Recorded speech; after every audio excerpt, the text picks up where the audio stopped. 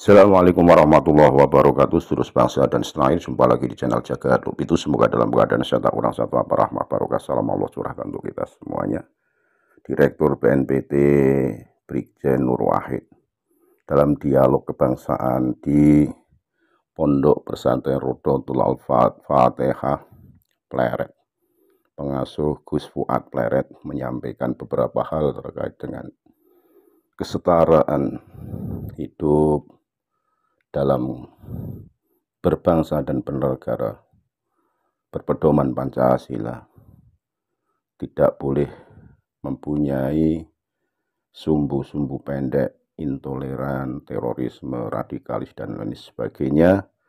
Maka dalam sebuah dialog kebangsaan ini pemaparan apik disampaikan oleh Jenderal Nur Wahid selaku yang ditugasi oleh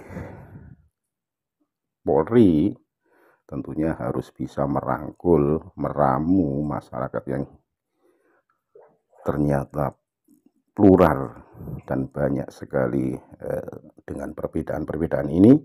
Maka Kiai Jenderal Nur Wahid, karena saya sebut Kiai karena dalil-dalilnya itu terapik, tertata, menguasai baik hadis, Quran, dan sebagainya, pantas seorang Jenderal Nur Wahid kita sebut seorang kiai.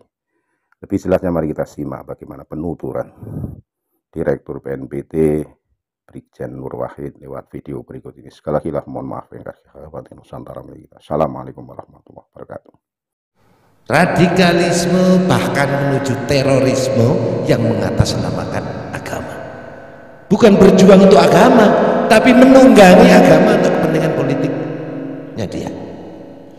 Kemudian yang kiri ini nggak mengatasnamakan agama, tapi dia mengatasnamakan ideologi komunisme, marxisme, leninisme.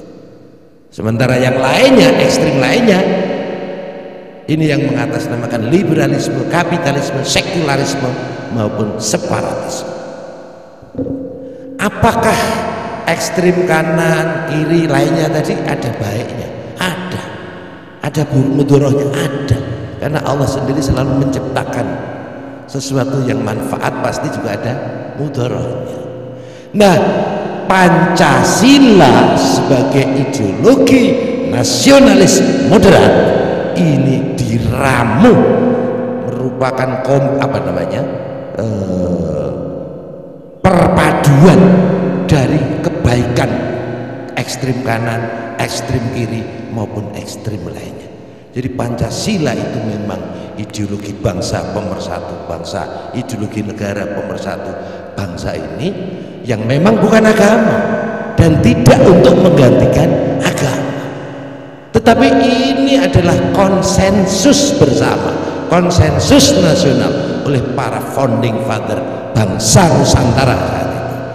Para tokoh agama, tokoh budaya, tokoh adat, tokoh nasional yang kebetulan dipimpin oleh Bung Karno menggali Pancasila dari nilai-nilai luhur agama dan budaya Nusantara.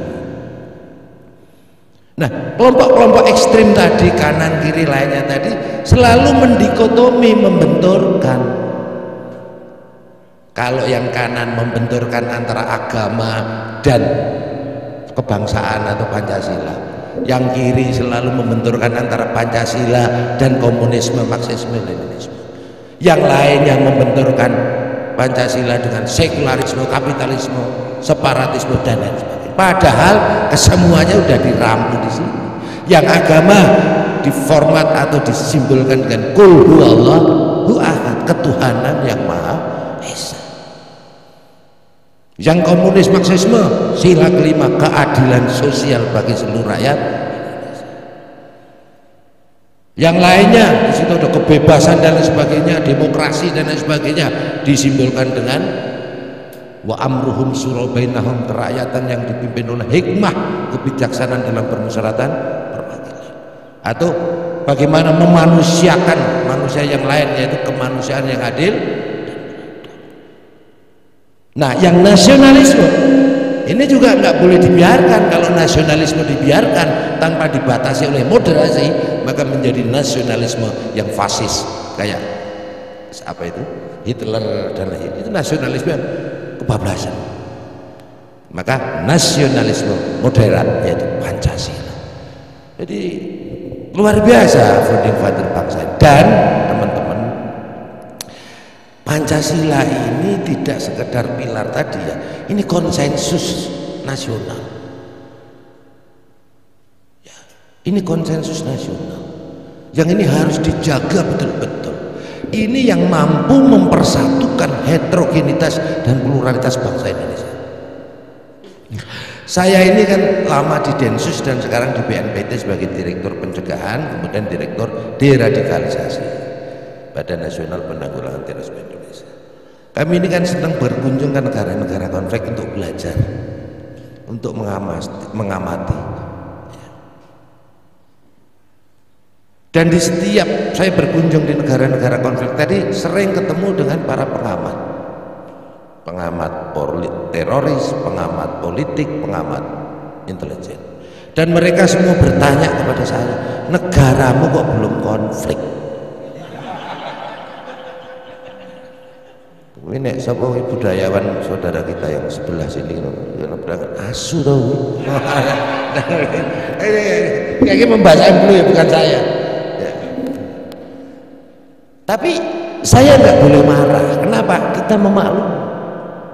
Wajar kalau mereka bertanya negaramu kok belum konflik, karena secara teori atau secara ilmiah sulit untuk berargumentasi kenapa bangsa Indonesia yang begitu plural, yang begitu heterogen, yang begitu majemuk, bahwa bahkan dari perspektif intelijen adalah negara bangsa yang memiliki potensial konflik paling besar di dunia, kok gak konflik?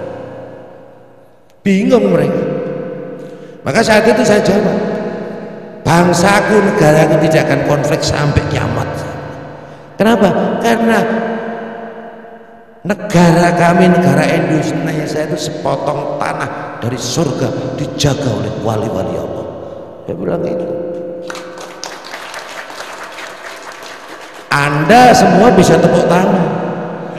Kalau mereka wali-wali Allah gak ngerti, orang barat mana tahu. Saya bilang wali-wali Allah itu kekasih-kekasih Tuhan, hamba-hamba Tuhan, para tokoh agama, para ulama, tokoh bangsa yang bersatu melihat fenomena heterogenitas pluralitas bangsa kami, dibuatkan atau dirumuskan ideologi yang namanya Pancasila. Ini yang mampu mempersatukan bangsa kami yang sangat itu. Wajar dia bertanya begitu. Indonesia ini sebagai contoh gambarannya. Arab secara umum, ya, Arab secara umum itu kan hanya satu suku bangsa Arab, bahasanya Arab, ya kan, agamanya Islam. Harus pecah menjadi 21 negara kan? Ada Arab Saudi, Uni Emirat Arab, ada Qatar, ada Kuwait dan lain sebagainya kan? Bahasanya sama. Eropa yang belum lebih paham, Eropa itu mungkin hanya 2-3 etnis suku bangsa, harus pecah menjadi 28 negara. Ini sekarang mau bikin negara baru lagi, ini apa, perang Ukraina sama Rusia itu mungkin ada negara-negara muncul lagi. Afghanistan itu hanya 7 etnis suku bangsa, perang sampai sekarang nggak rampung-rampung. Libya begitu. Ini yang aneh Somalia itu. Somalia itu mungkin negara paling homogen itu. Suku bangsanya satu, sama. Agamanya sama, Muslim. Bahasanya sama, mazhabnya sama. Nah ini mazhabnya yang tadi itu, yang kanan, kiri dan lainnya tadi, yang mengharamkan musik. Mazhabnya sama. Teman-teman kalau dengar nama negara Somalia kan mesti negatif, betul. Kalau nggak negara gagal, bajak laut, ya macam-macam, negara konflik, betul. Nah Indonesia, teman-teman tahu nggak? Bangsa kita adalah negara yang memiliki suku bangsa 1.300 lebih suku bangsa. bahasa lokalnya itu minimal 700, bahkan ada yang mengatakan 1000 lebih bahasa lokal. Agamanya paling banyak di dunia, semua agama ada di sini. Jangan dikira cuma 6, itu yang besar aja, Islam, Katolik, Hindu, Buddha, Konghucu, Protestan ini. Lah, himpunan penghayat kepercayaan terhadap Tuhan Yang Maha Esa, kepercayaan lokal sebelum agama-agama datang, ini paling banyak, ada 1638 kepercayaan. 1638 ditambah 38 masyarakat adat. Ada Kapitayan di Banten, ada Sunda Wiwitan, ada Kaharungan, ada Kejawen, Darmo Gandul, Gandul Mbah Darmo, macam-macam. Banyak. Saya kebetulan pembinanya. Saya melanjutkan Gus Dur, walaupun saya muridnya Gus Dur, dia aku muridnya udah seneng, disuruh melanjutkan. Karena apa? Demi menjaga kesetaraan, demi menjaga tadi. Kita tuh Masya Allah, pulaunya teman-teman, pulau Indonesia itu paling banyak. Ya, menurut saya paling banyak di dunia. Ada yang mengatakan nomor 2, saya lebih cenderung paling banyak. Kenapa? Ada 17.480 pulau ketika air laut pasang. Kalau air laut surut, tambah lagi pulaunya. Iya, makanya Sunan Pleret ini nanti kita doakan kaya raya supaya beli pulau sendiri sana. Iya, karena ada 4.000 lebih pulau belum dikasih nama. Iya, ada. Wajar kan kalau orang bingung kenapa negara kita belum konflik. Makanya tadi karena ada Pancasila. Kemudian yang kedua saya bilang, bangsa kami insya Allah tidak akan konflik. Kenapa? Bangsa kami memiliki budaya dan kearifan lokal berupa silaturahmi dan gotong royong. Silaturahmi dan gotong royong tadi diformat dalam bentuk tradisi budaya, yasinan, kenduri itu. Makanya saya ngejek mereka, negara kalian negara maju, tapi warganya sehari nggak kerja, sehari nggak makan, seminggu nggak kerja, seminggu nggak makan. Bangsa kami seumur-umur nggak kerja, makan terus. Iya kan? Ada yasinan, tahlilan, halal bihalal, sedekah bumi. Iya, coba teman-teman googling ya, di googling, menurut World Giving Index, bangsa yang paling dermawan di muka bumi, bangsa kita, Indonesia. Saking dermawannya, banyak yang menyedekahi teroris.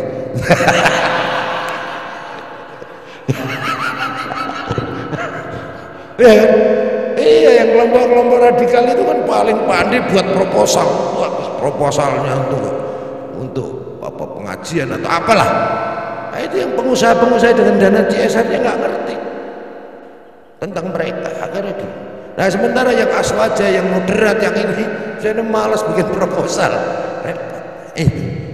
Nah, tentunya yang ketiga saat ini saya bilang, bangsa kami memiliki komunitas-komunitas, ya, komunitas budaya, ormas keagamaan, ormas sosial dan lain sebagainya, yang mereka semua diikat dengan konsensus nasional, yaitu mulai Pancasila, Bhinneka Tunggal Ika, NKRI, Undang-Undang Dasar 1945, dan menjadikan doktrin dalam membela tanah air dan bangsanya dalam perspektif Islam sering disebut hubbul waton minal, cinta tanah air dan bangsa adalah bagian daripada iman.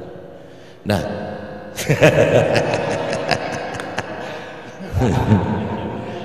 NU cabang Katolik.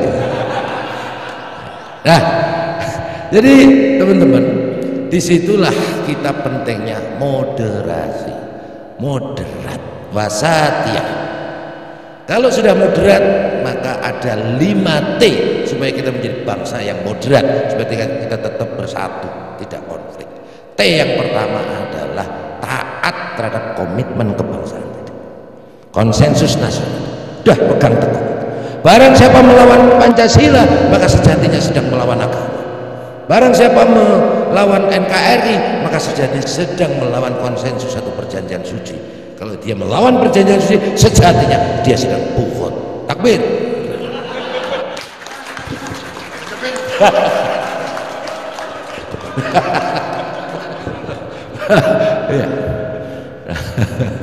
Nah, itu yang pertama, taat, ati Allah ati Rasul wa ulil amri minkum, komitmen kebangsaan, konsensus nasional.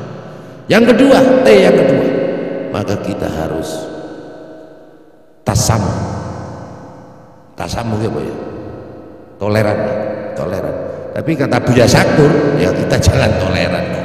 Toleran itu dampak daripada kesetaraan, bahwa kita sama-sama manusia, kita sama-sama satu Tuhan.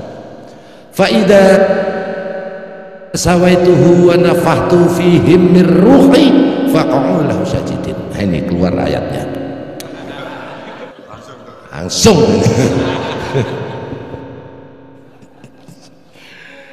Setelah ku sempurnakan kejadiannya, di sini siapa? Adam dan kita semua. Sempurna ada badan, tangan, kaki. Kalau menurut medis 4 bulan di dalam kandungan ibu kita. Kemudian Tuhan katakan fihim min ruhi, tiupkan ke dalamnya rohku. Kalau menyebut roh kudus kita ruhul. Lah yang meniupkan roh tadi Tuhannya beda atau sama? Yang jawab beda, tak bilang syirik. Sama. Sama. Kita nyebut Allah, beliau nyebut Allah, dan lain sebagainya. Kemudian begitu 9 bulan, ya kan, kita lahir. Mungkin nggak teman-teman yang akan muslim, yang muslim, kalau kalian lahir di Bali orang tuanya itu belum tentu, atau mungkin yang lahir di Vatikan orang tuanya Katolik, sekarang Islam, belum tentu. Artinya kita nggak punya pilihan. Artinya kita nggak punya pilihan. Artinya kita nggak punya pilihan. Kita dari Allah, ketentuan dari Allah. Kalau udah ketentuan dari Tuhan, apa namanya? Sunnatullah, qadarullah. Beliau jadi Katolik, qadarnya Katolik. Saya jadi Islam, orang tua Islam. Nah, kalau ini yang agak unik.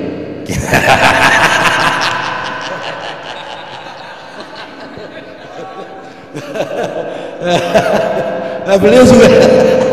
Tapi tidak apa-apa. Bagi agama itu adalah ageman, ya. Ageman. Ageman apa sih? Baju. Ya baju indah tau kalau berbeda-beda. Dan memang udah ketentuannya adalah berbeda. Perbedaan itu yang kata Allah, ja'alnakum semua bahwa qabailan lita'arafu, untuk saling mengenal. Maka tidak hanya toleran, tapi kesetaraan kita di mata Tuhan sama. Yang membedakan kita adalah akhlak, perilaku. Apa kata Tuhan? Inna rahmatallahi qaribun minal muhsinin. Rahmat dan kasih sayang Tuhan ada pada orang-orang yang ihsan, artinya orang yang berbuat baik. Jadi saya Islam, beliau Katolik, yang dilihat oleh Tuhan, Tuhannya sama. Ya, perilakunya, budi pekertinya, maka disebut tadi innama itu li utamima, maka kita itu misinya Nabi kan akhlakul karimah. Makanya kita kesetaraan tadi. Nah, orang yang tidak menjunjung tinggi kesetaraan sehingga dia intoleransi, ini yang oleh kami sering disebut takfiri. Itu namanya virus takfiri. Takfiri itu apa ya? Dari kata kafir, ya, kafir itu kan kafaro, menutup. Takfiri itu ini yang tadi dalam ayat apa itu? Surat-surat ayat 72 tadi. Setelah ku sempurnakan